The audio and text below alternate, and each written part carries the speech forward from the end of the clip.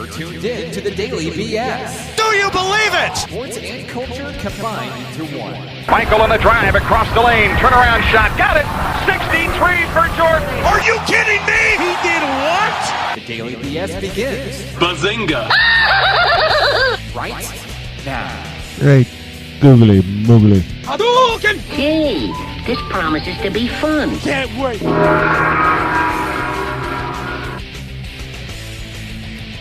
Good morning, and welcome to the latest and greatest edition of Snowman in the Morning, coming to you from North Carolina, the best sports talk show you haven't heard of until now.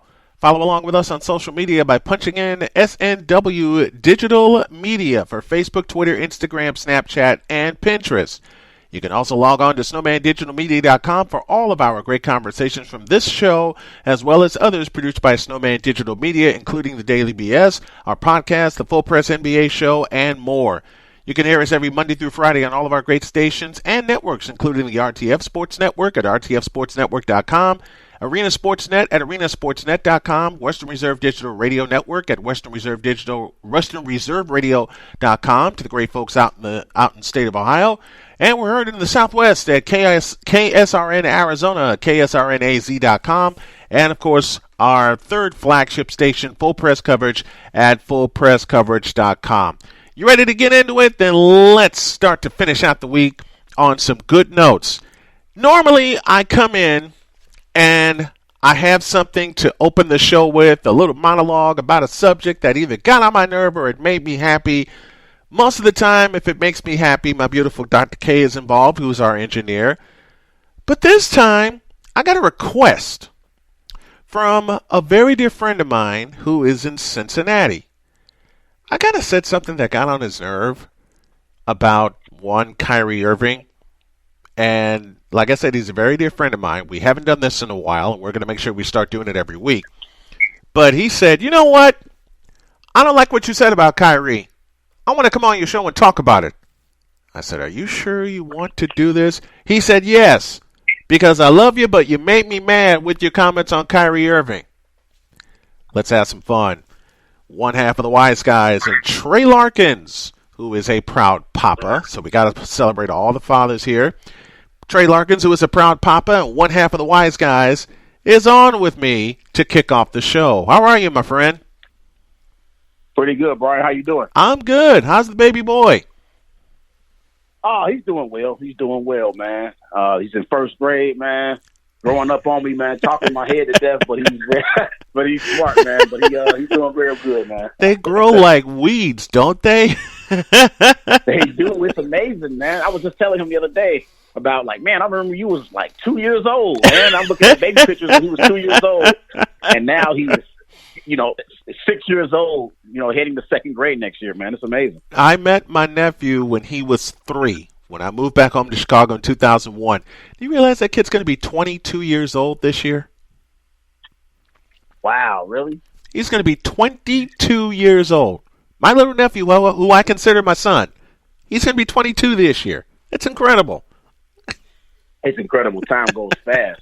It does, man. It goes real fast. Now, folks, y'all know I love picking on people when they come onto my show, but they pick back at me. Trey, I'm going to say something to you that's going to make you angry and make steam come out of your ears, but you know I do it in love, and I told you I'd have you on, so we talk about it. How many times have I picked on you about Kyrie Irving?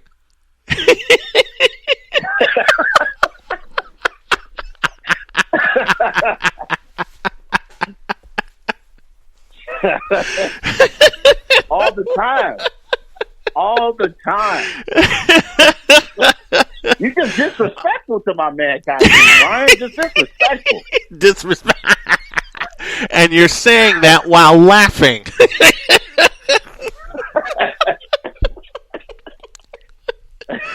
And you're saying that while laughing. Man, I just, flabbergasted at the things that you say, being so disrespectful to a 6-time All-Star, a career scored 27 points per game, 22 points per game in his career. He had 27 in the finals in 2016, but, You're just so disrespectful to one of the premier guards in the NBA, man. Premier guards. Premier guards, Yes. my butt. He hasn't been a premier guard since June of 2016. And the next year he got cooked in the World Championship Series. Notice I But you if know, you Kyrie, notice I at don't that say time- if you notice I don't say NBA Finals anymore. I say NBA World Championship Series. Yeah.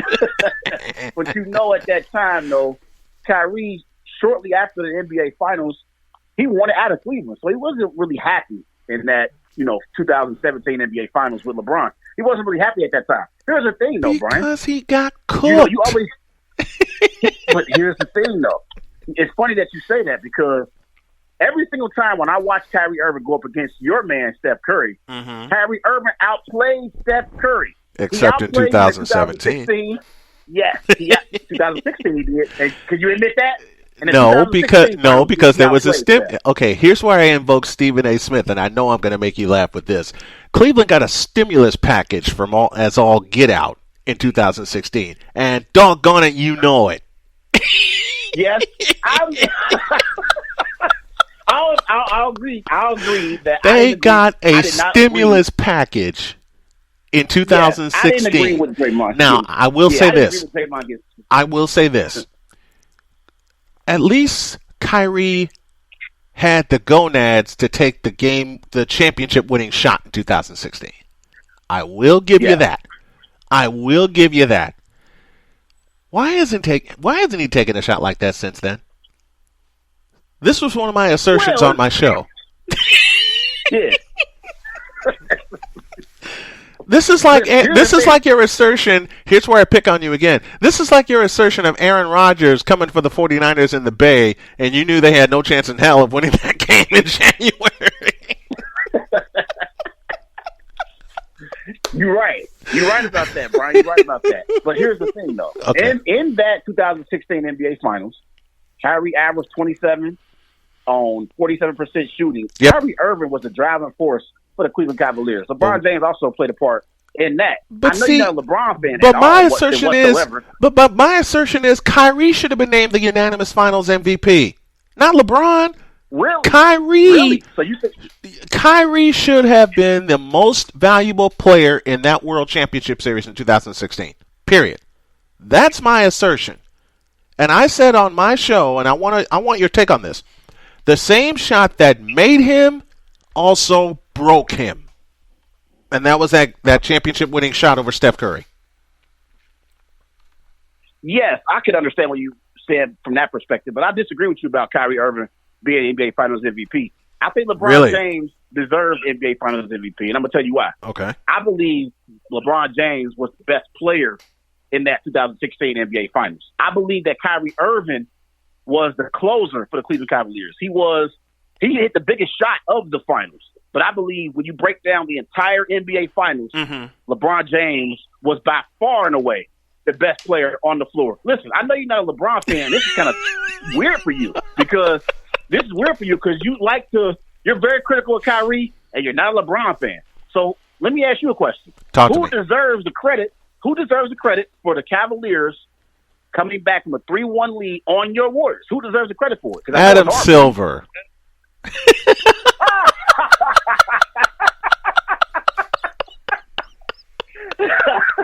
I bet you never had that answer.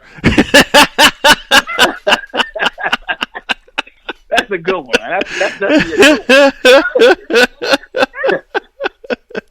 You want me to pick? I've been waiting to use that one on you for 2 years. Okay. But in that finals, that was a good one, Brian. In that finals, though, LeBron James, he averaged 30 points per game, 11 rebounds per game, 9 assists. So he nearly what? averaged a triple double.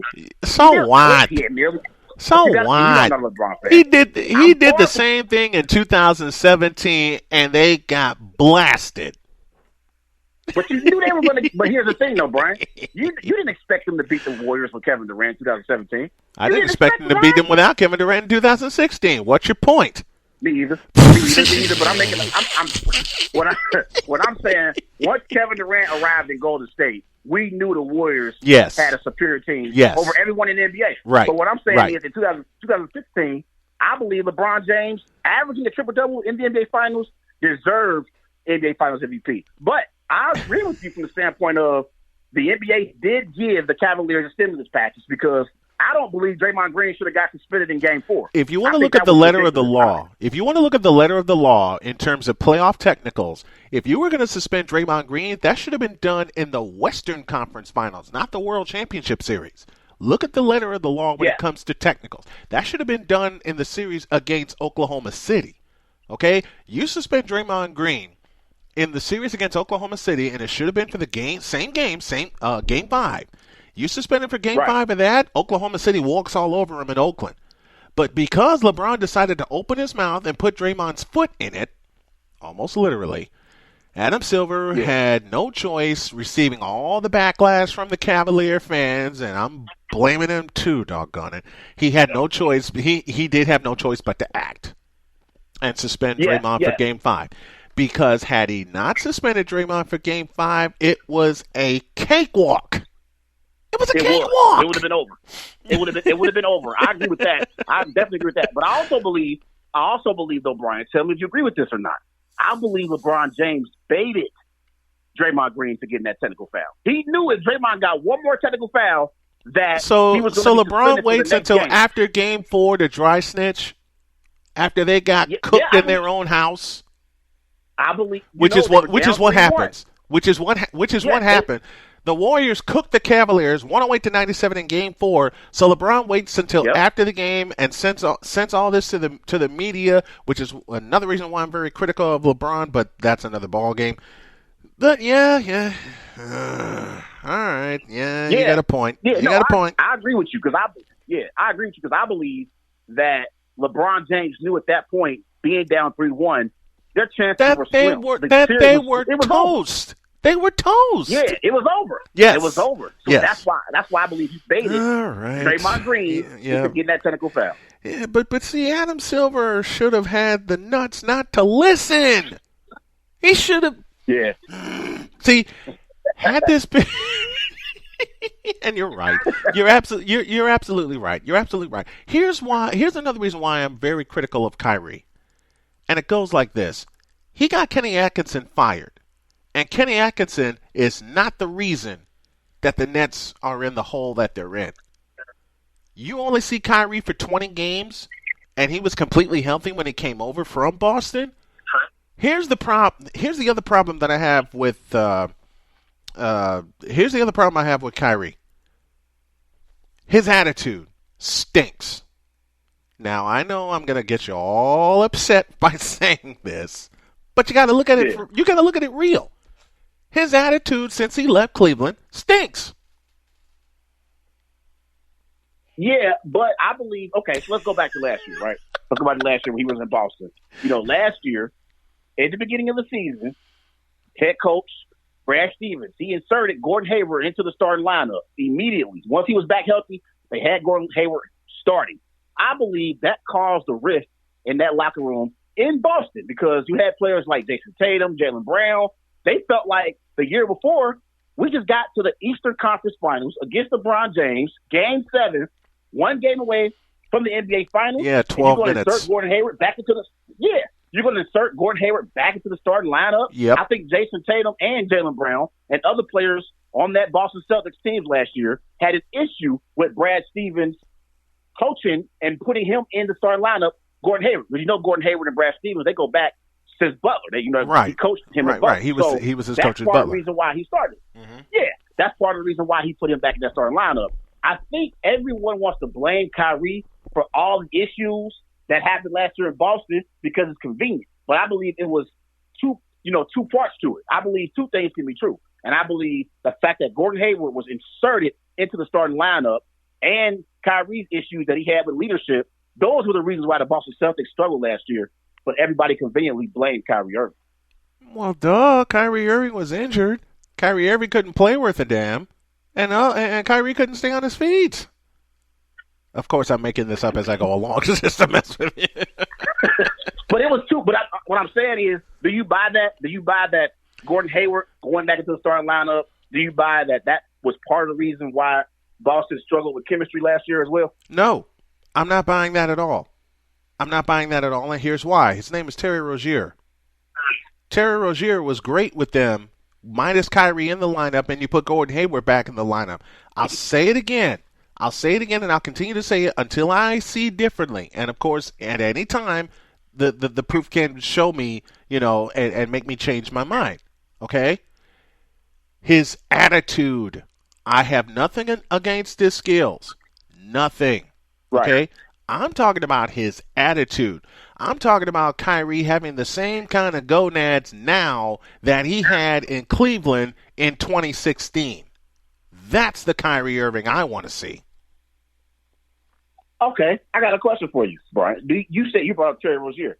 While I do agree with you that Terry Rozier was a key contributor to the Boston Celtics the year when they went to the Eastern Conference Finals and they lost to LeBron, I agree with you about that. He was a key contributor on that team. Absolutely. But are you really going to sit up here and tell me that Terry Rozier is better than Kyrie Irving? I just did. Terry Rozier. You say what?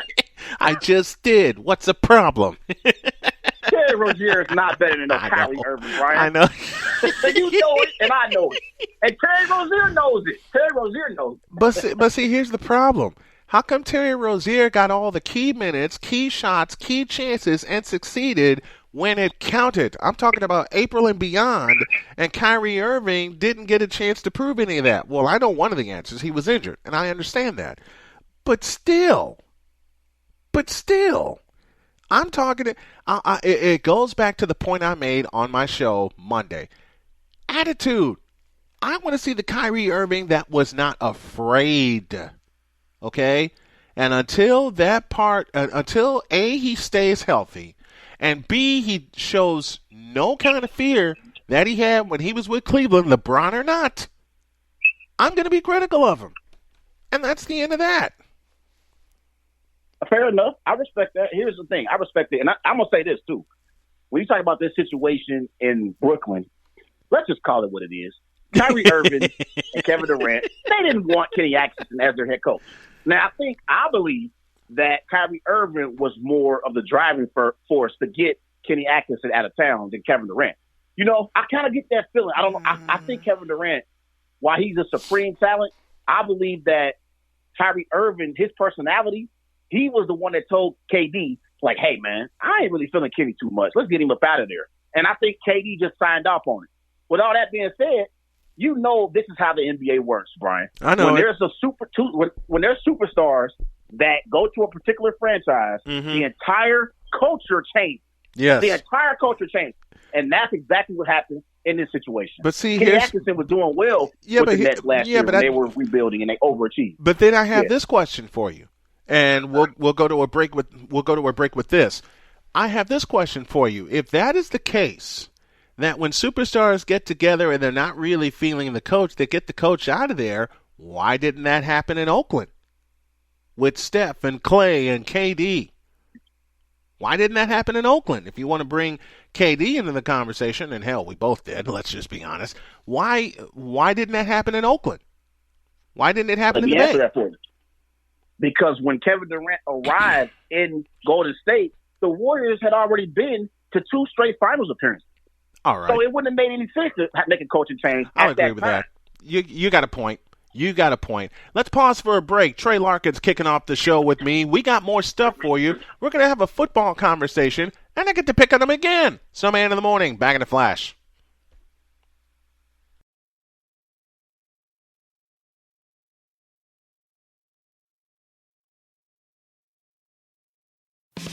You're tuned in to the Daily BS. Sports and culture combined into one. Welcome back to the morning show that will get your day going. We call it Snowman in the Morning. We're live here in Durham, North Carolina.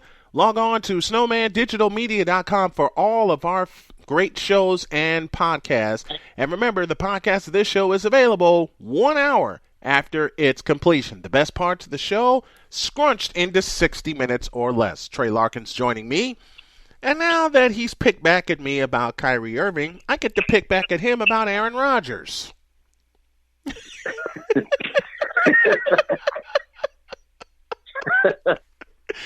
You posed a question before we came on the air. Should the Packers... I shouldn't do this joke, but I'm going to anyway, just to mess with him, and y'all know I am. Should the... I can't even do it. Should the Packers draft... You know where I'm going, right? Yeah, I know where you're going. Should the Packers draft a quarterback to replace Aaron Rodgers? My heart of hearts says no, but a part of me says yes because Aaron Rodgers is getting old, even though he's one of the best quarterbacks in the league right now. But you want to drop some criticism? Take a look at 2 meetings in the Bay. There's your criticism right there. In 2 big games, one a playoff game, one a regular season game against who eventually became the top seed in the NFC, Aaron Rodgers was subpar. And I know there was a lot going on at that time. First-year coach, different parts, no Jordy Nelson, all that stuff, and I understand that, and they still went 13-3. But when the lights were on the brightest, Aaron Rodgers came up missing. Simple as that. Well, to respond to that, it's a 2-part question. Okay. First, I'll address Aaron Rodgers' performance last year against the San Francisco 49ers. The San Francisco 49ers. I'm going to love this. Yeah, because, Brian, you always mess with, good and damn well, this is an elite defense. That San Francisco 49ers team last year defensively was one of the best defensive teams we've seen in NFL history. Like, I think they had records as far as passing records, like the teams threw the least amount of pass yards on that particular defense. That team was great defensively. Yes. Here's the deal. Here's the deal. Aaron Rodgers, while he did struggle in the 2 appearances against the 49ers, it wasn't all Aaron Rodgers' fault.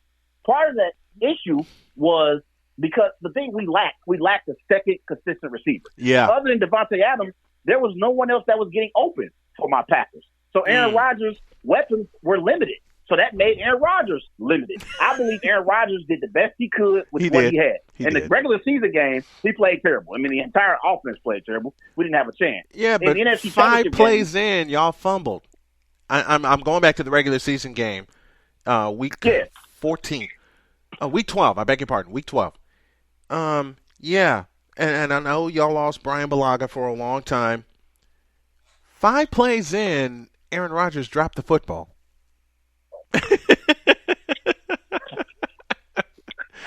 Aaron Rodgers saw the gold. Greg Papa calls him the gold rush, and all hell broke loose after that. And I love the explanation you gave to me the last time I had you on, when you told me for the NFC Championship you had your Packers garb on and you were dressed to the nines and you were ready, but your heart of hearts knew, and I quote Trey Larkins, folks. I knew we had no chance in hell to win that game.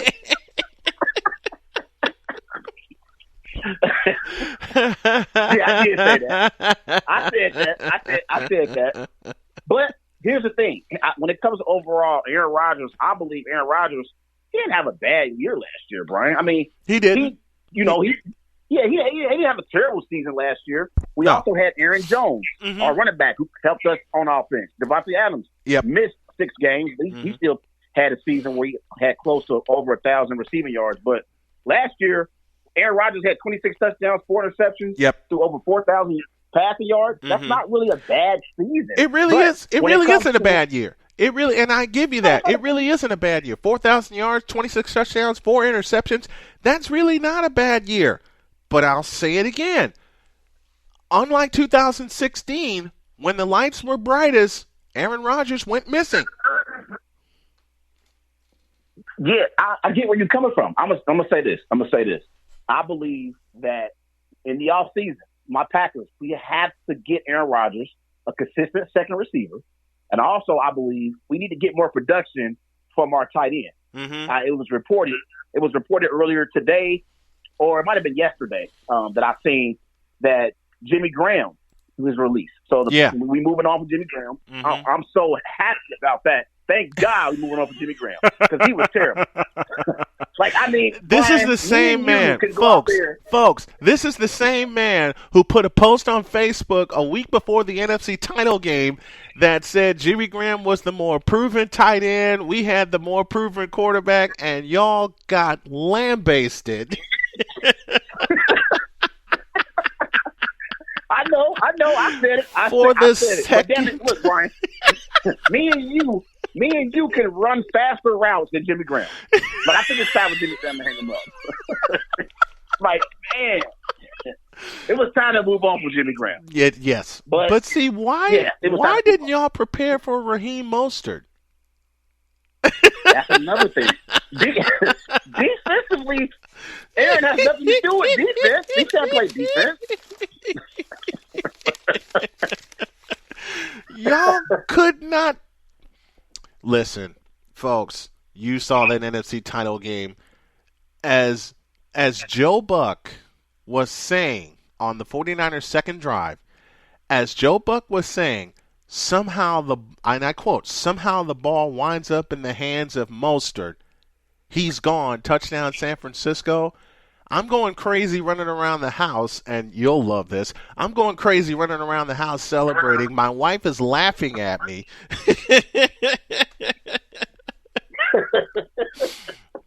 You should have known then the game was over. That's true. That's true. That's true. But I think the thing is, though, when it comes to Aaron Rodgers, and you know I'm right when I say this, I believe we judge Aaron Rodgers according to Aaron Rodgers' standards. He doesn't get judged like the rest of the quarterbacks. He gets judged according to his standards because he's been great throughout the course of his career. But to answer the question about whether or not I believe we should draft a quarterback in this year's draft, and I know Aaron Rodgers, he wouldn't want to hear this, and he actually said that, quote, I quote Aaron Rodgers, the great Aaron Rodgers. He said, no one's going to beat me out anytime soon.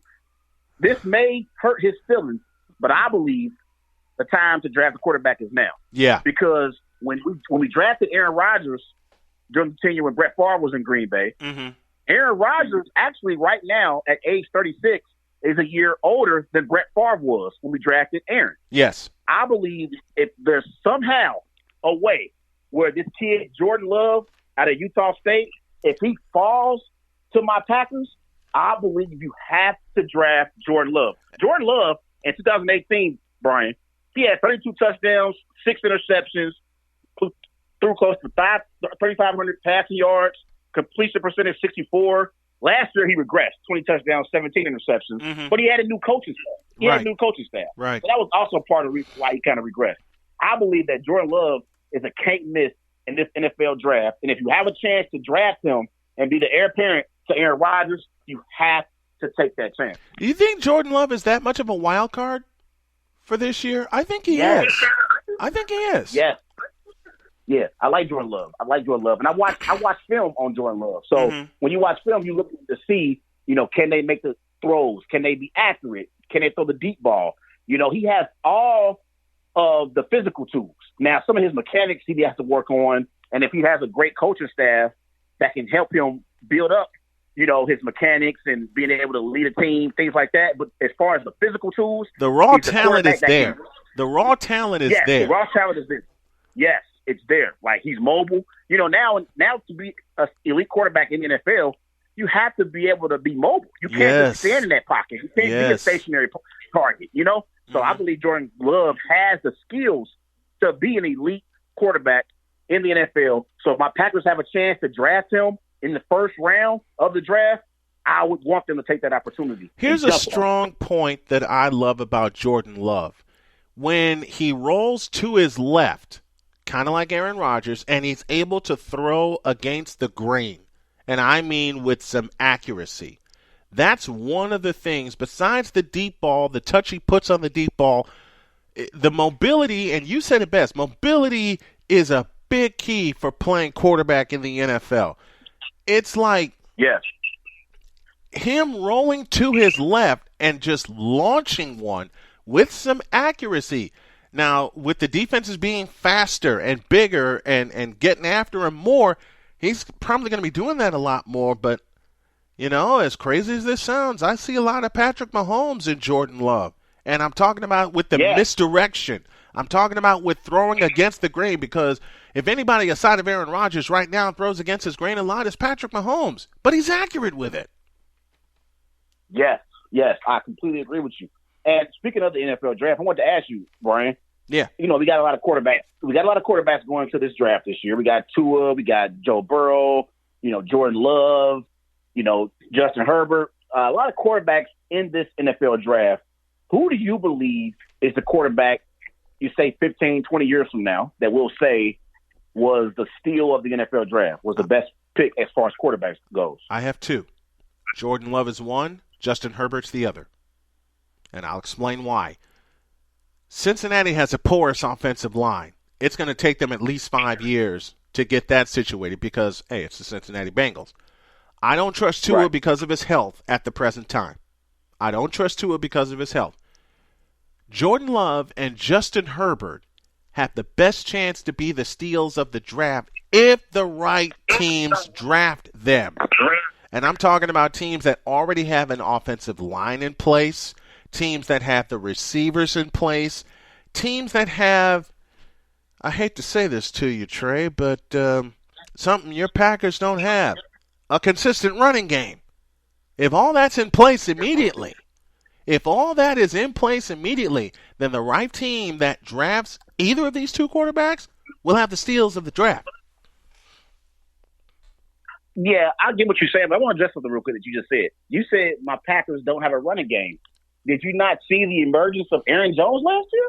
No, because he got swallowed up by Nick Bosa and Eric Armstead and the guys across my front line. Those are two games. Those are two games. And you surrendered 74 points in those 2 games. You want me to really pick at you? You surrendered 74 points in those 2 games. Yeah, but you're right. But Aaron Jones doesn't play defense. Here's the deal. Last year, for my Packers, when you talk about offensive player MVP, because Devontae Adams missed 6 games. Aaron Jones. Aaron Jones will be the offensive. Yes, for my Packers. But I want to get back to the NFL draft. I'm one of those people, Brian, that believe the Bengals will be making a mistake drafting Joe Burrow. I agree. With number 1 overall. I agree. Okay. Here's my reason they don't why. have the pieces in place. Yeah. They don't have the pieces in place for Joe Burrow. That too, but I also I don't really believe that Joe Burrow is going to be an elite quarterback at the next level. I think that Joe Burrow had one great year where he had a great supporting cast. Yeah. Great supporting cast. Yep. He had the quarterback coach and Joe Brady that was leading him. He also had, at the receiver spot, Ja'Marr Chase, Justin Jefferson. He had Clyde Edwards at the running back spot. He had a great offensive line. I believe Joe Burrow is going to be a one-year wonder. He had one great year at LSU, and all of these Bengal fans around here, because I live in Cincinnati, all of these Bengal fans around here are pretending as if Joe Burrow and they're enamored with him. Second coming. Yes, they believe that he's going to be the second coming of Boomer Esiason. They believe that Joe Burrow is going to be an all-time great quarterback, and I just don't see it. There's only one Boomer Esiason. There's only one Kenny Anderson, okay? And Andy Dalton, and I hate to say this about Andy Dalton, he didn't deserve to wear number 14. Kenny Anderson's the only one that should have worn number 14. Just like Boomer Esiason's the only one that should have worn number 7 for the Bengals. Okay? If the Bengals pick Joe Burrow, I believe it will be a mistake. A big mistake. Yes, I agree. We agree there. I agree there. And here's the thing. I believe that Bengal fans, and I think the Bengal fans and the Bengals organization, they are psyching themselves out to believe, or they're giving themselves false hope that Joe Burrow is going to be the savior. The reason why they're doing that is Joe Burrow is their only option. Like, they're desperate. Like, I was sitting there thinking about the Jacksonville Jaguars. Jaguars, they're going to be the Jacksonville Jaguars, they're a franchise. Why are you putting the Jaguars in this conversation, man? We were having a good football conversation, and then you mentioned the Jacksonville Jaguars. What the hell? I know. But I was saying that because the NFL there's been rumbling and discussions about the NFL, having the Jaguars move to a different city. I know you. Look, think about what I'm about to say here, Brian. Let me know what you think about this. If the Bengals struggle over, let's say, the next 4 or 5 years, is there any scenario, or would you believe there would be a situation where the NFL would have the Bengals leave Cincinnati? I believe it's possible. Hell no. That's why I think. Hell You know what I'm no. saying? Why wouldn't they? What's here? The Bengals ain't won anything. the Bengals ain't the Jaguars, okay? The Bengals at least have 2 Super Bowl appearances, both in the 80s, but I digress. The Jaguars have not been close to a Super Bowl. But All what right? have you done for me lately? What have you done? That's all I'm saying. What I'm saying is, I think this is my overall point, though. I believe the Bengal fans know that Joe Burrow is their only hope. He's their only hope because now that they have Zach Taylor as their head coach, right? They're essentially in rebuilding mode, and there is not an elite quarterback that's going to walk through that door. Nobody comes to Cincinnati and signs in free agency. So True. who are you going to get to So lead in your other team words- at the quarterback position? So in other words, you're comparing the Cincinnati Bengals to the New York Knicks because no one will take their money either. Yes, that's exactly what I'm saying. Yes, that's exactly what I'm saying. Because nobody wants to take the Knicks' money. The Knicks been offering money for years, and no one wants their money. The Knicks have been offering money since 1999, and no one will take it. Yeah, right. But I think the only difference in the Knicks and the Bengals is, obviously, it's basketball, football. But other than that, I will say that Dolan and the Knicks, they offer the money. Stars just don't take it. Mike Brown is cheap as hell. He doesn't even offer free agents much. This is true. You know, This is true. I remember a few years ago. Yeah, I remember a few years ago. The Bengals had AJ Green, they had Mohamed Sanu, and they had Marvin Jones. Yep. Mike Brown didn't bring back Mohamed Sanu or Marvin Jones. He let both of them walk. Yep. Yes, he let both of them walk. I thought they should at least brought Marvin Jones back. And then there's the Vontaze Burfict thing. Yes. then there's the Vontaze Burfict thing. Okay? Yeah. if 2016 didn't teach the Bengals anything, you shouldn't have signed Vontaze Burfict. I don't care how great of a player Mike Brown thought he was. The playoff game against Pittsburgh should have taught him everything you needed to know about Vontaze Burfict. I agree with you. About that. But let's transition back to the NFL draft. Right. I want to say this real quick. The quarterback that I believe will be the best in this NFL draft, and we look back many years from now on who was the best quarterback prospect, I believe, based on if he's healthy, it will be Tua. Because when you look at Tua, back in 2018, he had 43 touchdowns, 6 interceptions, threw for close to 4,000 passing yards, completing 69% of his passes. Right. 2019, before he got injured last year, 33 touchdowns, 3 interceptions, and he threw for over 2,800 passing yards. So I believe if he stays healthy, that Tua can become an elite quarterback in the NFL for future seasons to come. We'll just have to see. Trey Larkins starting off the show with yours truly during hour number 1. When we come back, we got some more stuff for you. Hang tight. Snowman in the morning, back in a flash.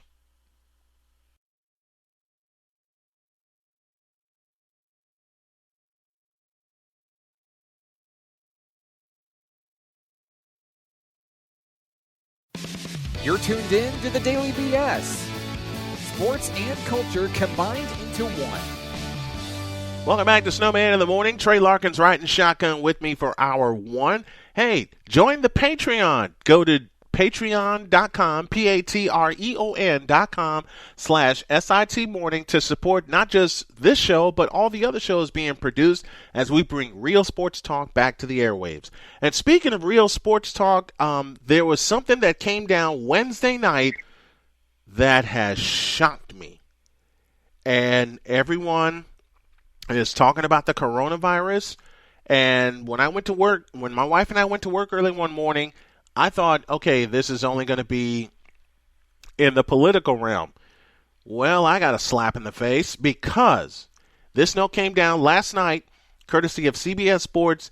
The NBA has suspended the 2019-2020 season after a Jazz player tests positive for coronavirus. And that player reportedly is the Stifle Tower Rudy Gobert.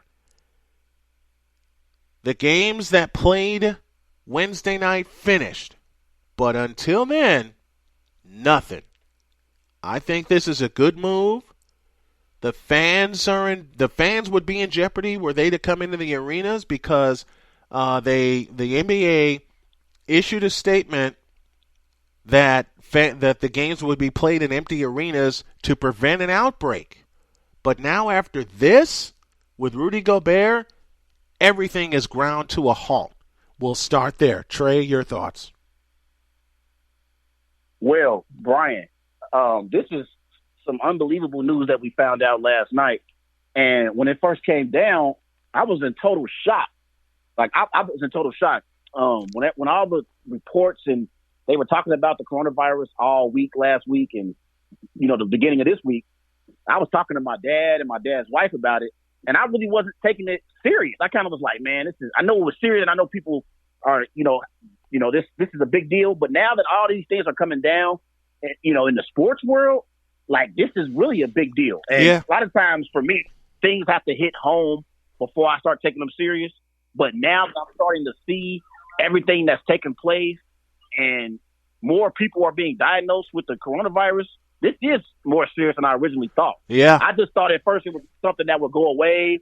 It won't stay around too long. But now that the NBA has canceled the rest of the season until further notice, it shows you the severity and the seriousness of this outbreak of the coronavirus. It is a big deal. And I got to be honest, I got to shout out my dad and his wife, because his wife, her name is Dana, because they were telling me how serious it was. And I just was, just kind of not even thinking about it, just going about my own day. But it's definitely a big deal.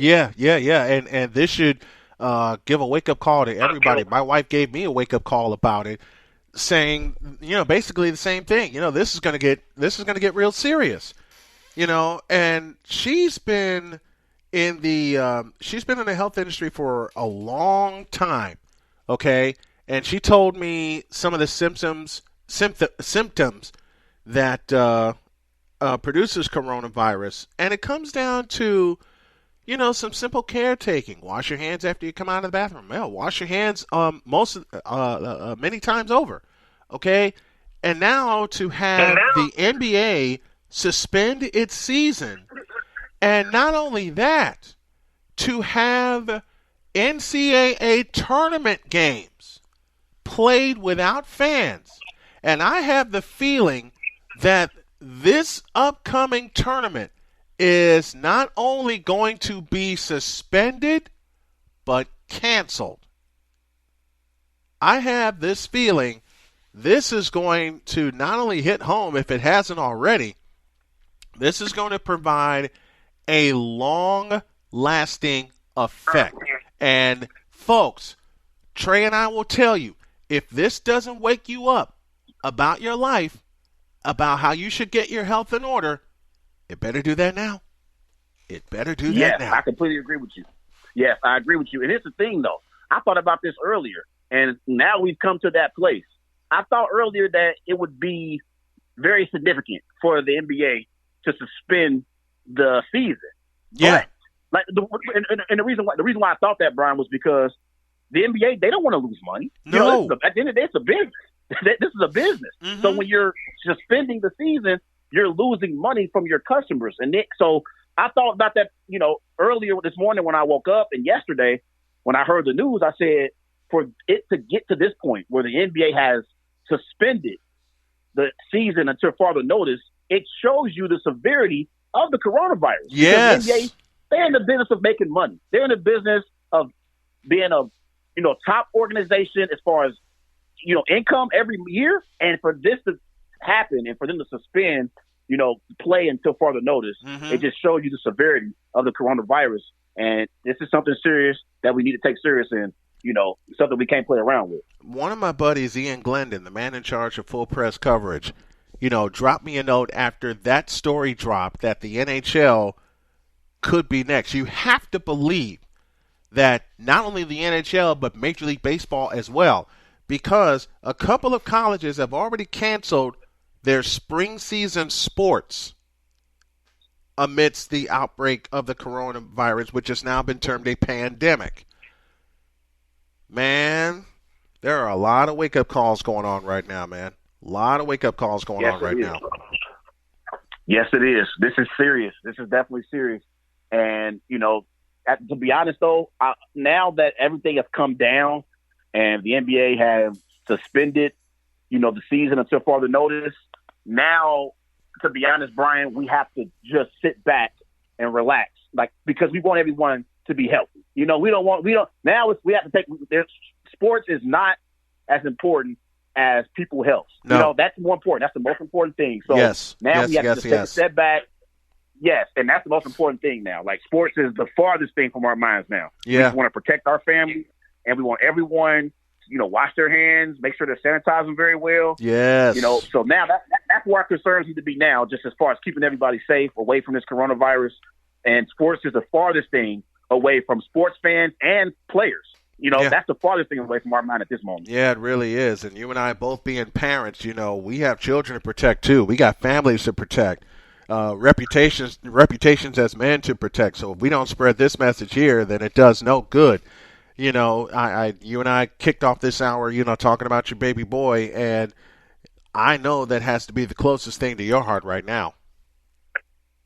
Oh, yes, for sure. And I already told my son's mom, I told her yesterday, I said, hey, if we find any cases in Cincinnati, I live here in Cincinnati, if we find any cases here locally in the Cincinnati area in any of the schools, I'm not sending Trey Muir to school. I don't want him to go to school. I don't want him to go to school. I want him to stay home with us until further notice. Mm-hmm. Because if the NBA is suspending the NBA season until further notice, that shows you the severity of the coronavirus. So therefore, if any kid in these schools get the coronavirus, they can easily pass it to another kid. I don't want my son going to school having to deal with that. No. Don't want anything, any symptoms or anything having to do with the coronavirus to spread to anybody. What it hit me first when I saw all the notifications coming out when I got here in the studio earlier today to get some stuff scheduled, that the NCAA were playing its conference tournament games without fans, and then literally 180 seconds later, a notification came to me that no fans would be allowed in the arenas for the NCAA tournament. You said about the NBA that it's a business and they're in the business to make money. Well, so is the NCAA, and given the fact that this is the high point of their basketball season, they're going to lose a ton of money. Yes, I agree with you. But I will say this, Brian. It wouldn't surprise me if there was somehow, some way, a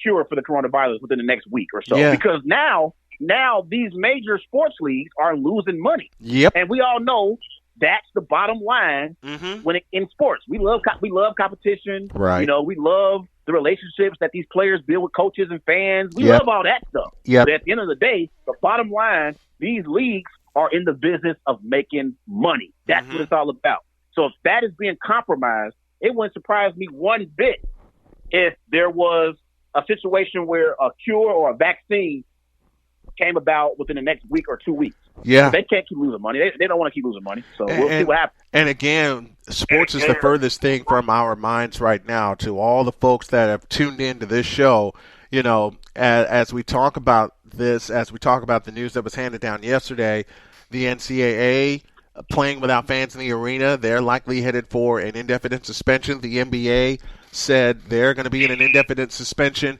NHL could be next. Major League Baseball could be next. It's a complete shutdown or indefinite suspension. I don't want to say shut down, but this could be an indefinite suspension that will take a long time to recover from. But I would rather have the fans and the players make a full recovery. And if we have to delay everything, so be it. Let's just let's just pray for the folks that are contracted with it right now, that a cure comes to them and everyone comes out and comes back healthy, because we don't want anybody to be compromised because of this virus. Yes, you're completely right. And I'm being told that it does take about a year or so for a vaccine to come about, for a cure. So I just know when money's involved, things get pushed forward and they make things happen. Let's keep it there.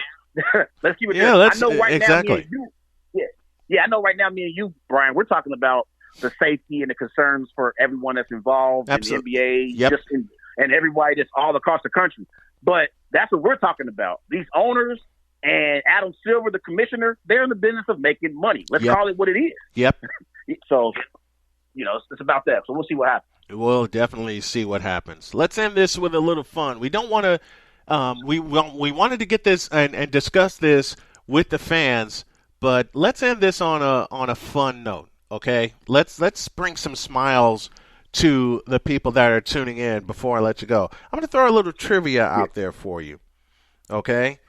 And I know you're a big-time Packer fan. Big-time Packer fan. Yeah. My question to you is this. Who is the last Packer receiver with at least 100 catches in a season? Last Packer receiver with at least 100 catches in a season. I'm going to say, Robert Brooks. You sure about that? Maybe not Robert Brooks. Okay, I got let's see. Okay, I got one better for you. Sterling Sharp. So is that your final answer? Sterling Sharp? That's my final answer. Yeah. You would be wrong. Wrong. Okay. Who is it? Well, how about Donald Driver? Donald Driver. Interesting. Okay. Yeah. Oh, wait. You said over 100 catches in a season? In a season. Actually, we both wrong. It's looking like Devontae Adams. Devontae Adams. 111. Devontae Adams. Devontae Adams. Yeah, See, Devontae Adams. That's what I get. Okay. He had 111 in 2018. 100. He sure did. I'm reading it right here. 111. Devontae Adams was the correct answer. Now let's throw a little baseball trivia. Okay. Okay. Who is the only team in Major League Baseball history to roll 2 triple plays in the same game? Only team to roll 2 triple plays in the game. Can you give me a hint? Is it NA? Is it in the American League NL team? Or AL? American League team. American League team. Let me. I'm gonna roll with the Texas Rangers. Minnesota Twins. Minnesota Twins. The year was 1990 when this feat happened.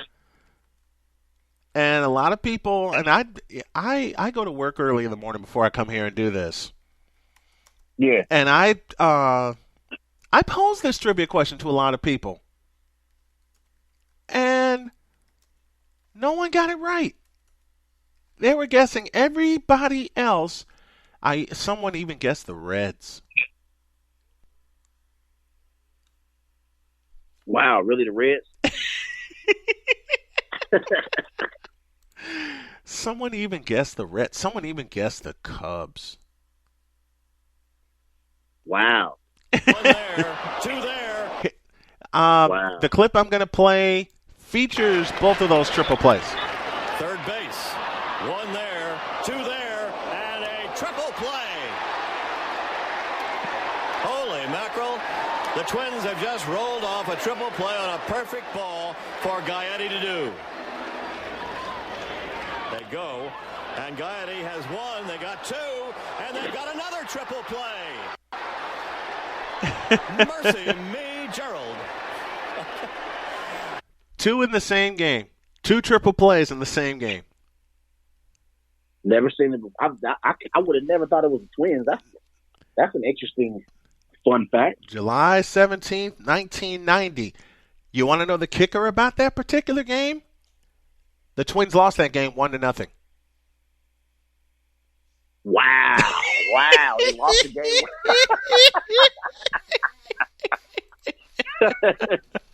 The Twins lost that game 1-0. Wow. And here's another piece of another fun fact. The same defensive players for the Twins assisted on both of them. Gary Gaetti, Al Newman, Kent Herbeck. 5-4-3 triple play both times. Wow. No one really got that. Sure didn't. Oh, man. He's Trey Larkins, one half of the Wise Guys, and he's riding shotgun with me for hour one. And I think we're going to make this permanent every Thursday. So, folks, this is part of the podcast that you will hear. The first hour of So Man in the Morning, the podcast edition, every Thursday will be this wise guy teaming up with that wise guy in Cincinnati, bringing you all the sports and all the fun that you can have. My brother, I love you. Thanks for coming on. An absolute blast. Yes, sir. Love you too, Brian. Remember, everyone, go and follow Wise Guys on Facebook. Go and follow my Twitter, WiseGuys_OH, and follow us on Instagram at These Guys Know Sports. Be sure to check out the Wise Guys show each and every Tuesday night at 8 p.m. But we'll be on tonight at 8 p.m. talking some sports around the world, talking about so many different things. Brian, it's always a pleasure, bro. I appreciate it. I love you, brother. All right, have a good one. Hour two in a flash.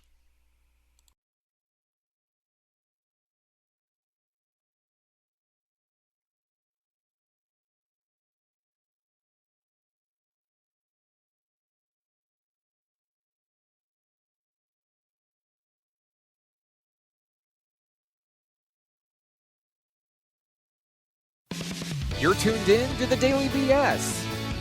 Sports and culture combined into one. Don't forget, folks, to follow along at SNW Digital Media for all of our great programming. Now, let me bring in Sharif Ahmed so we can talk some NBA for this next segment. How are you, my friend? Good. How are you, Brian? Been busy, to say the least. Oh, yeah. All right, let's hop right in, shall we? So, Yes, Joakim sir. Noah is going to sign with the Clippers. Dion Waiters is going to sign with the Lakers. Anything wrong with that picture? No. Well, the thing is it's really hard for me to believe that these signings are coming in now to shore up their playoff rosters. Yep. Dion Waiters is just another old guy coming off the bench. The Lakers didn't get any younger. Nope. They didn't get any smarter either. No. And everyone is thinking that the Lakers are going to win the whole thing, and it's not going to happen. And the team is getting older, and Brian, it's mind-boggling. I don't know how to rationalize with fans anymore, because now that Joakim Noah is with the Clippers, Joakim Noah really, I'm speechless about it. The guy's injury prone. He can't shoot. Yep. What is he going to give you? Between 9 and 11 minutes a night, if that? I mean, my question is this: why did neither of these teams that have a point guard deficiency try to offer a package for Derrick Rose? I don't understand that either. And the thing that really is mind-boggling to me is that there were some decent point guards that were out there. Yeah. And the Lakers were actually courting Darren Collison, who retired. And Darren Collison said, "No, thank you." He saw that mess. And sure did. Go ahead. Run by Rob Pelinka. He saw that craziness that was run by Rob Pelinka, and he said, "You know what? I think I'm better retired." And I can't say I blame him. And correct me if I'm wrong, but isn't Darren Collison an LA boy too? Isn't he from the LA area? Yes, he is. Yes, he is. And it's just, and that's what I didn't understand. And he retired, and I thought when his contract ended with Indiana, I was like, man, you can get a playoff team, and he can come off the bench, give you about 19 to 22 minutes a night, and he just had no interest in playing. And for him to be sitting next to Jeannie Buss and basically said thanks but no thanks. Hey, what does that tell everybody? It tells. I don't get it. It tells you that the Lakers are now, and I hate to say this because once upon a time I loved the Lakers. The Showtime Lakers. You're old school like I am. Yeah. The Showtime Lakers were run correctly. This form of the Showtime Lakers, if you want to call them that, is being run into they're being run into the dirt. And I don't. And the common denominator is LeBron. Yes. We talked about. I think we had talked about this. We talked about this the last time we had spoke. Right. The team that they had drafted was a young core. Yep. And Mitch Kupchak and Jeannie Buss's brother. I can't. His first name is killing me right now. But they drafted the team, Jim and Buss. they accumulated that young core. Yeah, they drafted that core, but they didn't ride with him when they saw an opportunity to get LeBron. Yes. Okay, which brings me to this point, and you already said it. The common denominator is LeBron and his destructive nature. People don't want to see the truth when it comes to LeBron, but I offered the case of one Kyrie Irving. And here's why I'm going here with Kyrie. I talked about this some time back, and you heard it. You caught on to it. A couple of my buddies caught on, but no one wants to see the truth, which is this. LeBron James ruined Kyrie Irving.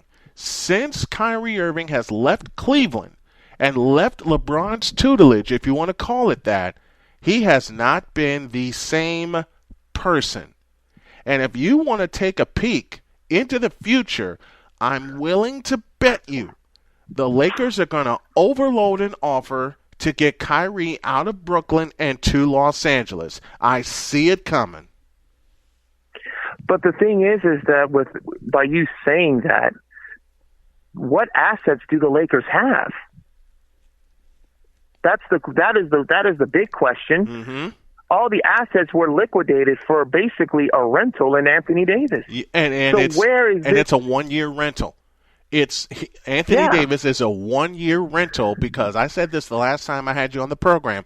Anthony Davis is going to go home, and home is Chicago. It's Chicago. And the Bulls. And Chicago has a young nucleus, too. Not only do they have a young nucleus, and they also have something the Lakers don't have, cap space. Lots of cap space. There are 2 destinations for Anthony Davis, but we know where he's going. One is Chicago. The other is San Francisco with the Golden State Warriors, but the Warriors already have a power play in mind, and I'll get to that here in just a moment. Sharif Ahmed of Sharif Ahmed Sports Talk joining me. The Lakers are a poorly run organization. It's being manifested right now with them signing basically LeBron's boys. Dion Waiters is one. J.R. Smith is going to be another. Why didn't they make the correct move and go after Kevin Love, who is a UCLA graduate? He's from Los Angeles. He's been wanting to go home for years. Why didn't they go after him? Well, the thing is that Kevin Love was a 22-11 guy when he was in Minnesota. Right. Those numbers completely diminished when he played with LeBron. True. And he was upper teens, 18, 19-ish a game. Yeah. Yeah. And he was primarily a stretch four. Mm-hmm. And it just would not fit for him to go back. Right. Yeah, he's from California. The Clippers could have made a move for him, but the red flag on Kevin Love is that he does get injured. When he gets injured, injury prone. He sits for a while. Mm-hmm. But it's just these people. It's just I'm having these back and forths with these LeBron people, and they just don't see it because it's just. I love it. I love it because And I love it the because Lakers people don't don't want win to see this- the truth. Yeah, People go don't ahead. want to see the truth when it comes to the Lakers and LeBron. They don't want to see the Yeah. truth. No, and if the Lakers don't win this year, and they're not going to, They're going to dismantle if the the team. Lakers don't win this year, yeah, and the only thing they are going to have is LeBron. They have the only young talent that they have. The only young chip they have that value is Kuzma, It's Kyle Kuzma. and he's injury prone. Yep. And they dealt their biggest piece. Their biggest piece, if you think about it last year, was Ivica Zubac. And they basically gave him away. They gave away Yeah, for Ivica nothing. Zubac. Why? And the guy that they got in return is no longer on the team. I don't even Exactly. think of he's not even in the league right now. He's and the not. thing is this, man. LeBron just doesn't like dealing with young talent. Nope. In order to be a true leader, you need to have young talent and rally that young talent with a mixture of your veteran group. Great players have done it. Yeah, Michael But Jordan he did it. refuses to do it. Michael Jordan Yes. did it. He had Scottie Pippen, had to teach Scottie Pippen the ropes, had to teach Craig Hodges, John Paxson. And Pax Tony- was basically Tony Kukoc. Yeah. Thank you. Tony Kukoc. Yeah, Tony Kukoc. And Horace And Grant. they treated Horace Grant. Yes, and they treated Tony. They beat the hell out of Tony Kukoc in the gold medal game in '92. Mm-hmm. Remember that?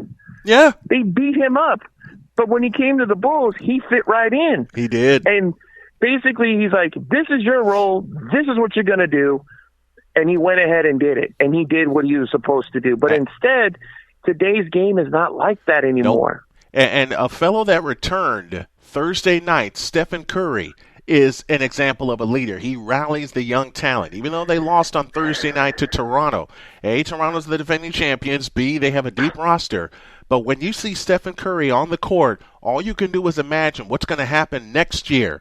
Because I've said this to you, and I've said this to a couple of others, and you are the only person that believes my next statement, which goes like this. The Warriors are going to be back on top in the West, if not in the NBA, next year, because they have a power play in place. They have a plan in place, something the Clippers don't have, something the Lakers don't have.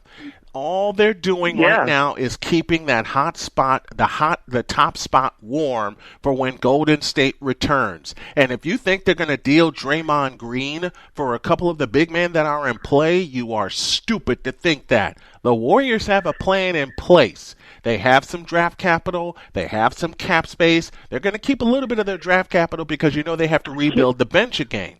Okay? Yes. But when you see Steph on the court Thursday night, hitting 30-footers like they were nothing, you just got to sit back and go, uh-oh, next season's going to be wild in the Chase Center. Here's the question I have for you, because you're more involved with the Warriors because you follow them a lot more than I do. Yes. Wouldn't it have been safer to sit him the rest of the year? Yes. Accumulate the higher percentage of draft lottery, because they're going to be in the lottery. They are. They're going to get a minimum. But with a talent minimum like of top that, 5 picks. but at the same time, with a talent like that, if he's itching to come back, you let him come back. A broken hand is a lot different than the injury Clay suffered in the World Championship Series. So you allow him to get his itches out. And I don't think he's going to play the rest of the year. I think it's going to be a few games for him to get that itch out, you know, and then he's going to work with Clay, work with Draymond, and they're going to get their chemistry back together. Okay? So you got to look at it like this. It was a nationally televised game. If you want to call TNT, and I've been wanting to say this for years, if you want to call TNT a nationally televised game, I feel the same way about another 4-letter network. That's a conversation for another show. It's a nationally televised game. Okay? So you let Steph show off a little bit, give a little glimpse into what's going to happen next year. That's it. Well, yeah, and he played 27 minutes, and he played 27 minutes last night, and that's, to me, that is a lot of minutes coming off an injury of that. And he was gone for, I think, 55 or 56 games, 58 or something games. like that. 58 games. 58 games. So you would think that there would be some type of numbers restriction, putting him in certain, put him in with the second group, or put him in the latter half of the first half and try to get him in the mix in between. Well, they didn't start him. They didn't start him. Okay, and that's a smart thing. Right. They did not start him. You don't want to bring Right. Steph or Klay or both back immediately. They followed the pattern they followed when he was injured against the Portland Trailblazers 3 years ago. They didn't start him. He played significant minutes Thursday night, yes, and he was dynamite. All right, yes, he was 6 for 16, but some of the shots that he hit, it's going to take that kind of conditioning. Yes, I would love to have had the Warriors sit him for the remainder of the season, but at the same time, the itch is going to be even wilder than normal for him to come back. If he's ready, he's ready. This is kind of like what Michael Jordan went through in 1986 when he lost 60. Yeah, with his broken foot, when he lost 64 games in the 85-86 season. Michael was ready to come back. The Bulls were prepared to sit him for the remainder of the season, but Michael wasn't having it. I don't think Steph would have had it either. Klay does not have a choice because you want that quad injury. You want that ACL. I beg your pardon. You want that ACL to be completely healed. You want it to be completely healed. So you do not take chances with Klay Thompson, who is Steph Curry's backcourt partner for life. Okay, they're going to retire Warriors. Steph's going to get one more extension. I think Klay's going to play one more extension on top of the one that he just signed after they lost in the World Championship Series. And they're going to hang it up. And what better place to hang it up than in San Francisco? Draymond Green's going to follow the same pattern. But we'll close with this point.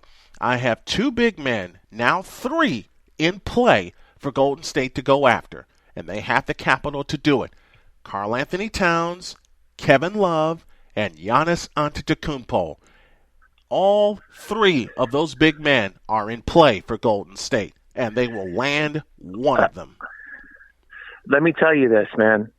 You can go on YouTube and look at this video. And this was at the beginning of the season. After the Warriors were at Milwaukee. Yep. And it was the end of the game. Mm-hmm. They were saying good game. And you can read, if you read the lips of Steph Curry, he said, and I quote, "Let's do this." Yeah. And the explanation that came out was it was for a video game. I'm starting to think otherwise. I'm starting to think otherwise. But the one thing I do want to say is that if Milwaukee wins the title, which they have a very good chance of winning it, if they win the title, he's not going to leave Milwaukee. Exactly. He's not. But if he's they not going to leave. But if they lose. But if they don't come out of the East, and unfortunately, Bucks fans, I hate to say this about the league leading Bucks, if they don't come out of the East, and I don't think they will, Giannis is out of there, and he's going right to San Francisco. I'll tease this. I'll tease this, and I'll have to have you on later in the week. I'll tease this. I'll give you two reasons why I believe Milwaukee will not win the East. One is the Boston Celtics. The other is the defending world champion Toronto Raptors. Milwaukee can get on a good roll during the regular season. But when the chips are on the line, and I'll put it in the form of a question, how will they react when all you have to do with Giannis, and Giannis needs a better defensive system around him? Chris Middleton ain't it, okay? I hate to say it. Chris Middleton ain't it. But if you're going to send a posse after Giannis, who's going to take the mantle for Milwaukee? That's the question they have to answer, and they got a month and a half to do it.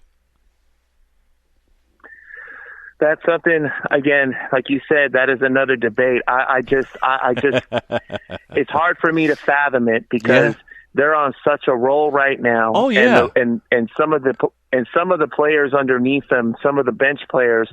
Because we talked before, I do fantasy basketball. Yes. They're like the numbers Like I think Doug, I can't remember his name, DiVincenzo. He's number 0. DiVincenzo out of Villanova. There Doug you DiVincenzo. go. Yes. I'm using him as an example. Okay. He was playing lower 11, 12s. Now his time has been bumped up to 19 to 20 a game. Mm-hmm. And there's been spot games, on back-to-backs and so on and so forth, where he would come in and score 18, 20 points, 4 for 6 from 3-point land, right, and stuff like that. Oh yeah. And I understand what you're saying. And they do have a group of veteran players that I know that will step up in that crunch time. Okay. I want to see it. But again, I'd love to see Milwaukee come out of the East. I would. But I'm looking at recent trends. And recent trends tell me if you send a posse after Giannis, he's going to have some problems. Now, if his jump shot is on, then they're the most unstoppable team in the NBA. Okay? And remember last year they won 62 games. They had the best record in the NBA, and had they gotten out of the East, they would have had the home court advantage in the World Championship Series, just like Toronto did. I want to see Milwaukee have some. I want to see DiVincenzo, Middleton, and others step all the way up when the time comes. That can only be answered in April and beyond. And another thing I wanted to tell you too, I'm trying to remember the last televised game that the Bucks had. I think was it against Toronto? It was. I forgot which game. Actually, it was against Utah. They were last televised against Utah. Yeah, and you know who was in the building? Kareem was in the building. Captain Skyhook himself. Captain Yeah, Skyhook and himself. and that would be another thing. That would be something good to see if Milwaukee can get in the finals, because Kareem, the captain, will be in the house, and absolutely, it'd be good for him to go to Milwaukee and root for the Bucks. Instead of the Lakers. That's where his career started. That would be great. That's where his career started. Sharif Ahmed joining me for some NBA talk. You can hear this conversation many times over on SnowmanDigitalMedia.com, as well as the Full Press NBA podcast. Great to have you, brother. We will do this again. Yes, sir. Take care. Stick around. I got more stuff for you in a flash.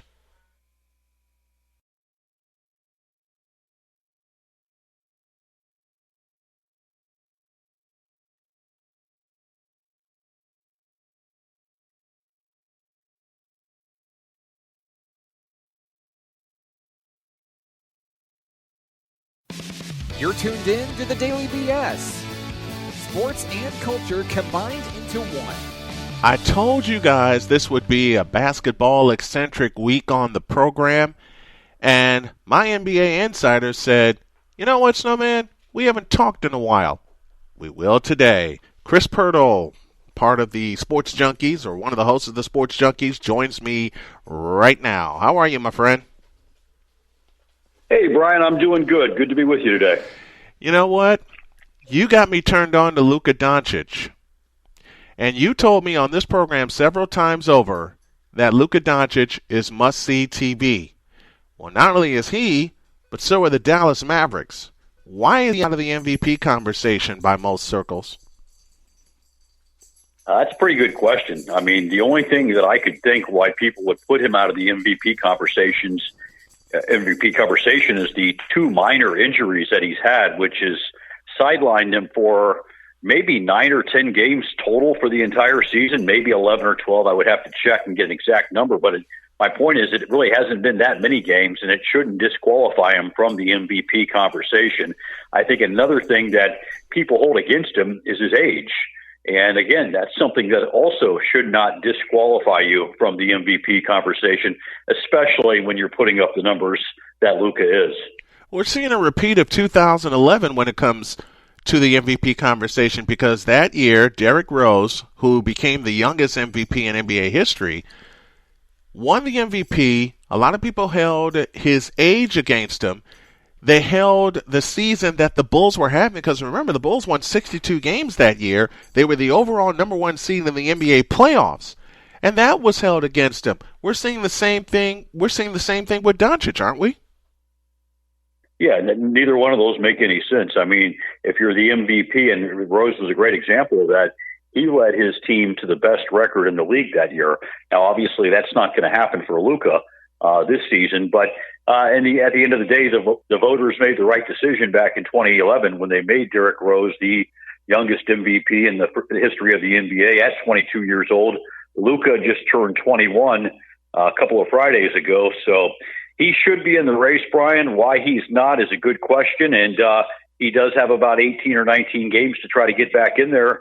Giannis being injured, and who knows how long and how bad that injury really is. This is a golden opportunity for Luka Doncic to jump right back in the MVP race. And it's a golden opportunity for him to not only jump back in the MVP race, but to show the world what the Dallas Mavericks are capable of. The Mavericks are right in the heat of the Western Conference race. We'll get to the conference races in just a moment.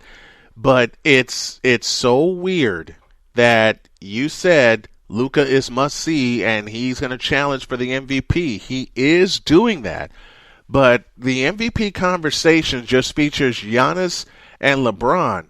And I think that's wrong. It should feature Giannis. Now, I will say LeBron's doing a few great things at age 35 in year 17.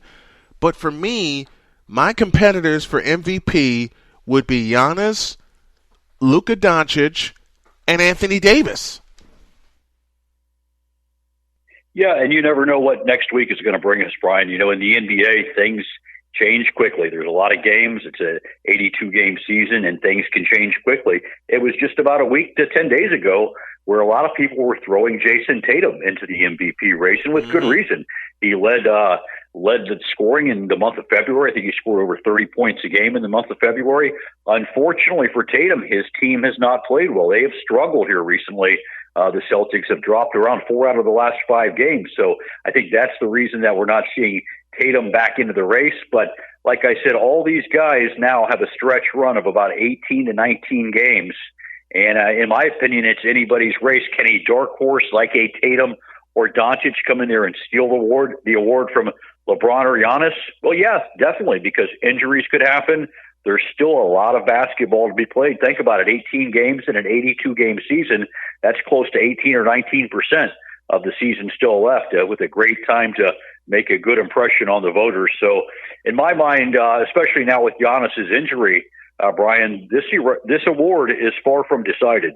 It is far from decided. You know, I said a couple of weeks ago that Giannis would be the runaway winner, but now with Giannis on the shelf for a few games, it's a perfect time, as you said, for Luka to get back into the MVP race. And speaking of race, let's take a look at the conference standings as we come down the stretch here. Folks, you folks who follow the NBA and look on the NBA app, as I often do during my program for reference notes, you see there are 2 teams that have already clinched a playoff spot.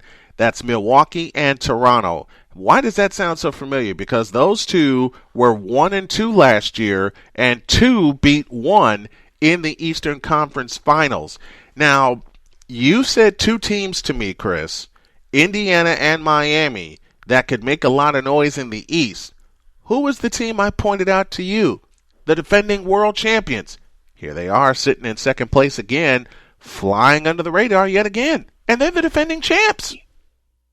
Yeah, and we could take it a step further, Brian. Since January 10th, the Toronto Raptors are 21-4. And since January 10th, the Toronto Raptors have the best record in the entire league. So, and they still continue to fly under the radar, Brian. I'm not going to make the mistake anymore. I watched them on this last road trip going to Golden State, which is not an easy place to play these days. Ask Philadelphia, ask the Denver Nuggets. I watched them destroy they didn't destroy the Warriors. They won that game by 8 points. The Warriors actually kept it close, but the bottom line is the Raptors found a way to get the job done. A couple nights later, they go to Sacramento, find a way to get the job done, and then they go to Utah the very next night on back-to-back road games on a long West Coast trip and blow the Jazz out of their building. So it is definitely time to take the Raptors seriously. If you haven't done it already, you might want to start with about 18 games left to go. And here's a team in the East that a lot of people early on this season, and I've heard them on your show, just wrote in as the Eastern Conference champions, and yet they have fallen to the 6th spot. You know the team I'm looking at. It's the Philadelphia 76ers. And with Ben Simmons and Joel Embiid dealing with injuries, missing time, this Philadelphia team is in need of a leader, and they don't have one. No, and that 6th spot is probably not a good spot to be in. It means you're probably going to draw the Boston Celtics. And it hasn't worked out too well for Philadelphia when they've seen Boston in the playoffs. Just been a rough season in general for Philadelphia. It's gotten worse, obviously, over the past 2 or 3 weeks with the injuries to Simmons and Embiid. I don't think we really took the Sixers that seriously anyway, Brian. And then when you throw injury issues on top of that, then we definitely don't take them seriously. 7 and 8 are Brooklyn and Orlando as we continue to look at the Eastern Conference playoffs. Let's look at Brooklyn. All the reports coming out, and I spoke about this on your program, about Kyrie Irving being a cancer in Brooklyn. He's been a cancer since he's left Cleveland. And now these reports come out, Kenny Atkinson gets fired. I said on this program that was a mistake. Give me your thoughts on that. Well, it's weird timing. I mean, Atkinson gets let go the night after they destroyed the San Antonio Spurs. Right. So the timing is really strange. Jacques Vaughn's first game, they beat the Bulls, but they had to win that one in a close matchup. But they got the job done and won the game. But it's strange timing. It makes no sense. This was a team that was playing pretty good basketball, considering you don't have Durant, you don't have Kyrie Irving. You only had him for about 20 games this season. You're still in the 7th place. You're still giving your fans reason to be excited. You're still giving yourself hope of the playoffs, and chances are they're just going to make the playoffs regardless of this coaching decision. But it's bizarre. It's weird. But these are the things that follow Kyrie Irving teams. We saw what happened last year in Boston. It was a team that made it to Game 7 of the Eastern Conference Finals the previous year. And last year, they couldn't even get out of the first round. They could only win one game in the second round. Excuse me, I should say they couldn't even get out of the second round. Last year, they swept Indiana in the first round and then got beat 4-1 by the Bucks. So the Kyrie Irving teams, I don't know why you would want this headache if you're the Brooklyn Nets. And, he's their problem now. And as somebody who likes the Celtics and have always admired that organization, all I can say, Brooklyn, you signed him. It's your problem. 4 and 5 in the West is looking like a juicy matchup. And I give you credit, Pirtle. You said watch Oklahoma City. Look at them sitting in the 5 spot right now. One game out of having a home court advantage in the first round of the playoffs. Chris Paul is the reason. Well, he's one of the good reasons, and I think it obviously helps to have the coach, Billy Donovan, to coach that team. What a job he has done in Oklahoma City. And if he gets the coach of the year instead of Nick Nurse, I wouldn't really have a problem with that, Brian. Think about this. The Oklahoma City Thunder have a great chance of, number one, finishing with a better regular season record than they had last year when they had both Paul George and Russell Westbrook. They've recently passed the Houston Rockets, who do have Russell Westbrook, in the standings. And if Donovan can find a way to get this team into the second round for the first time since Kevin Durant was there in 2016, you may have to give him the Coach of the Year award. But the best is yet to come, Brian. As you know, with that George trade to LA Clippers this offseason, the Oklahoma City have acquired a boatload of first-round picks. Well, where did Billy Donovan coach before he got to Oklahoma City? Yeah, he coached at the University of Florida, and he was the last and the only coach so far in this century, in the 2000s, to win back-to-back championships on the collegiate level. He's awesome at coaching the younger guys. He's got Shai Gilgeous-Alexander already, who'll go into his third year next year, and then they'll bring in a truckload of young talent in the NBA draft. Look out for this team as they continue to mold that talent and develop those guys over the next 3 or 4 years. Definitely a good time to buy stock in the Oklahoma City Thunder. Let's look at 1-8 the way it stands right now, and this is where we'll close this segment. Lakers, Grizzlies. Don't think for a moment that this is going to be a walk in the park for LeBron James and company. Memphis, over the last 3 years, just in the regular season, have given the Lakers a ton of problems. Now you add Ja Morant to the equation. the Lakers may have even bigger problems in the first round should these two teams meet. Well, the Memphis Grizzlies, got to give them credit also. They're one of the surprise teams of the season, along with Oklahoma City and the Toronto Raptors. So you got to give the coaching staff and player development in Memphis a boatload of credit.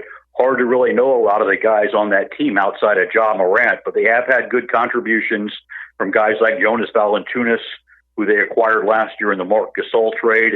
Actually, he's playing much better basketball than Marc Gasol these days. And then, of course, Josh Jackson has found a home in Memphis. He was the third or fourth player taken by the Phoenix Suns in 2017 with huge upside coming out of Kansas. It never materialized in Phoenix. Like I said, he's found a home in Memphis. But I tell you what, Brian, I'd feel much better about a better first-round matchup if the Pelicans could find a way to get that number 8 seed. I love the talent on that team. When you look at the way Lonzo Ball's playing, Drew Holiday, Zion Williamson, and we can go on with that team, truckload of talent, and I would love to find a way, or I would love to see the Pelicans find a way to get that number 8 seed. It's going to be interesting coming down the stretch, and we'll get you ready for the NBA playoffs. We'll take you through the NBA playoffs. That's Chris Pirtle, one half of the Sports Junkies. He joins me every week to talk all things NBA. Who's your MVP? Tweet the show, SNW Digital Media, and make your choice. Always a pleasure, my friend. Thanks for hopping on. You got it, Brian. Have a great one. I got more stuff for you, folks, after this.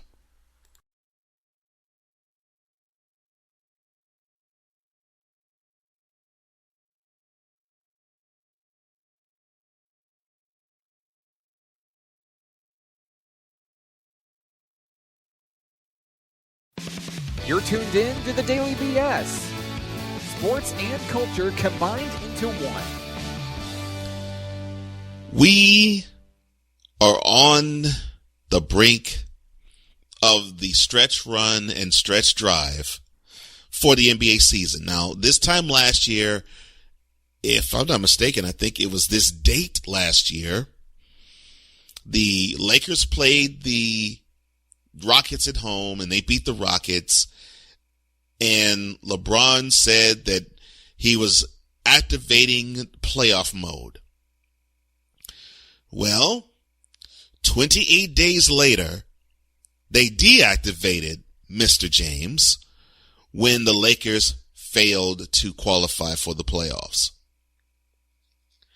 This year's a different story because his team, Los Angeles Lakers, they are the number 1 seed and they look pretty good. They look poised to be the number 1 seed in the West. And things are looking up, as it was evidenced this week. But of course we know that we have to always talk about this guy because when there's another day, there's another LeBron James conversation being brought up. So right now, let's get to it. Bronsexuals, this is your time to shine. Leg up. In a world where partial greatness is celebrated and total greatness is shunned, there stands to be a figure on the lips of those who love him and those who hate him. The inane comparisons to Michael Jordan and Kobe Bryant continue and has existed since 2003. There is no end in sight, for the battle between those who unconditionally love and unconditionally hate him wages on. These are their stories. Welcome to the Bronsexual Confessions. So Sunday, just so you know, Bronsexuals, I give you the positive too. So they played a game against the Celtics. And of course, this is the rivalry of all of the NBA. Even though it's okay, it's not really all that stellar now. Not like it was in the 80s or even the turn of last decade, but I digress.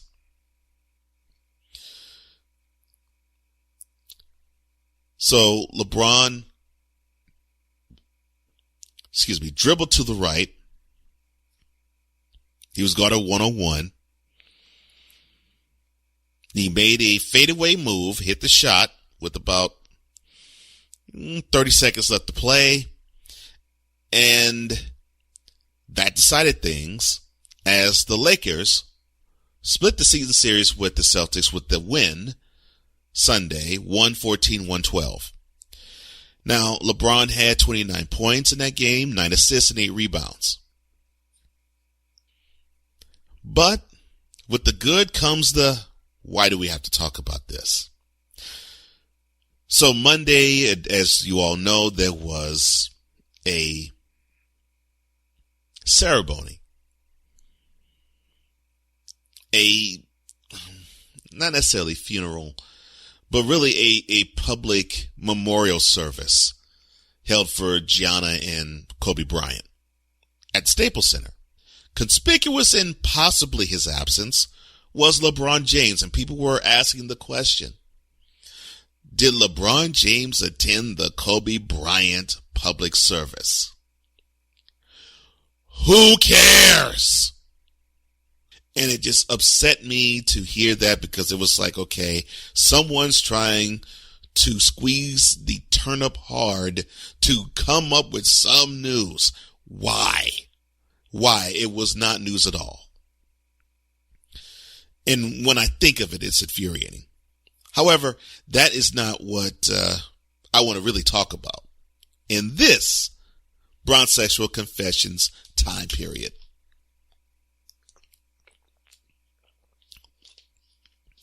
So I had a conversation with a Bronxexual, and this Bronxexual was loud and proud. I mean, just very proud. But unlike most Bronxexuals, this guy was more respectful. And so he asked this question. He said, quote, "For those who are not convinced that LeBron is the GOAT," GOAT meaning greatest of all time, "is there anything he can do to change your mind? Like win 1 more championship, win 4 more championships, break Kareem Abdul-Jabbar's record?" Close quote. Now, I figured that's a simple question. That's a simple ask. I have to admit that. But with that simple question, I had a simpler answer, which is, quote, "There isn't anything LeBron can do to change my mind as to him being the GOAT. The ship forever sailed on June 11th, 2011. Close quote. Now, I got pushback on that. Someone said to me, so you mean the time when LeBron, for the first time in his career, played with a real star and they had chemistry issues? And I laugh at that. Because if you're a team that's supposed to win, as he said in June of 2010 when he signed on the dotted line and he showed up in Miami with Chris Bosh and Dwayne Wade in their Heat uniforms, and he has a mic in his hand and he says, not 3, not 4, not 5, not 6, not 7 championships. He came to win chips. He didn't come to just simply go through the motions and say, well, I think we don't have the chemistry down. Maybe we can make this year a mulligan. No. His thought process is when he signed to be on the Heat, June 2010, well, by this time next year, we're going to be hoisting up the Larry O'Brien trophy. So when I heard the chemistry talk, I said, okay, chemistry issues, that's in November and December, not June. Because June, that would have been an issue already handled. No. And meanwhile, the reason why I said June 11th, 2011, and not June 13th, 2007, was because in June 13, 2007, that was the date of Game 4 of the 2007 NBA Finals between the Spurs and the Cavaliers. And the Spurs swept the Cavaliers. No, LeBron was punching up. He was punching me on his weight class, as they say. Because remember, that was the same year where in the Eastern Conference Finals, it basically was him and a whole bunch of other people. And remember, he had Antoine Jameson and Daniel Gibson, or Booby, along with Erison Varejao as teammates. And that was the series where he scored 25 straight points and 29 out of the last 30. In a win against probably one of the most stout defensive teams that we have seen in quite some time in the Detroit Pistons. So they get past them in 6, and that was all they had. They shot as much as they could. They shot their best shot because when they got to the Spurs in 2007's NBA Finals, they met up with a team that just was too strong, too big, too fast, too skilled, and too loaded up with championship pedigree. That was just the case. So I give the 2007 season a pass. I don't really consider that anything that would hurt his GOAT status. Never did. 2011 happened. So we get to the time where he's a Heat and he ran into some adversity, not much, but some adversity in the Eastern Conference Finals against the Bulls, where the Heat got whooped in game 1 and then they stormed in games 2, 3, 4, and 5 and just gentlemen swept them completely out the playoffs. So it made you think, okay, well, I guess here it is. The coronation is about to happen. And then the first 2 games, they split it between themselves and the Mavs. And then we get to game 3. And we start to see something that was troubling. And then we saw it again in game 4. And then we saw it again in game 5. And then we saw it again in game 6.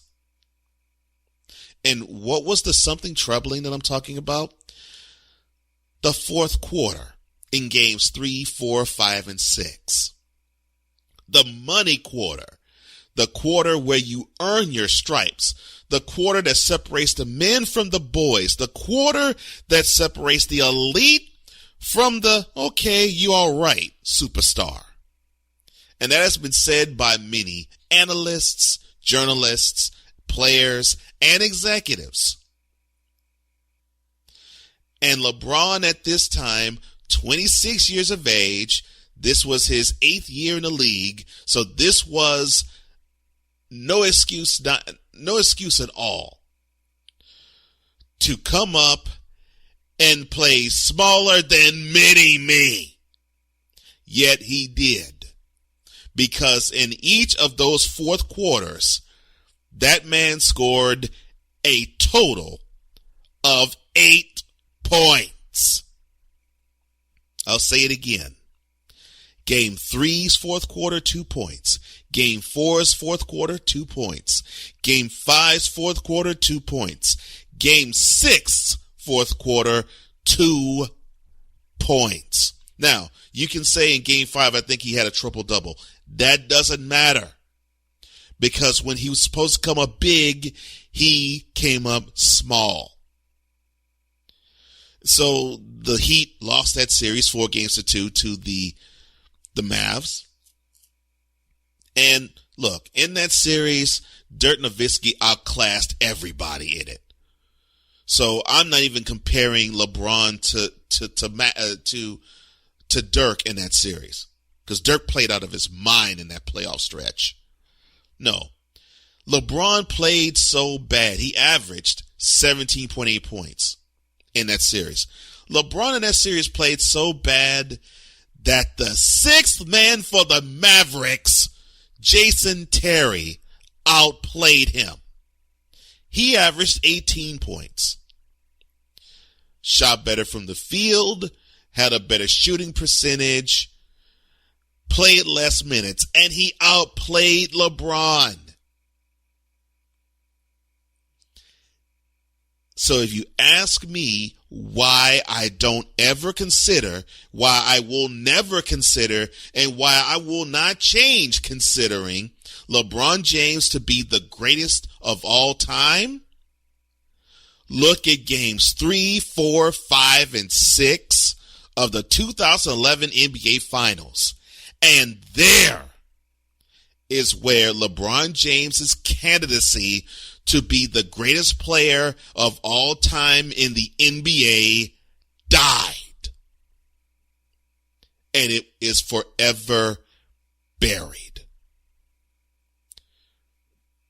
You can whimper, you can cry, you can say foul, you can say I'm being harsh, you can say I'm being unfair, you can even call me an F-Bron Bronner. I don't care what you say.